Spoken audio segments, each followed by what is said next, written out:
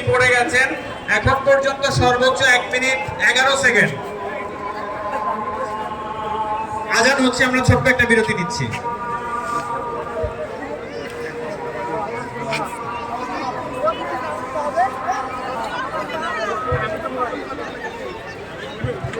আমরা মঞ্চের সামনে কেউ আসবো না।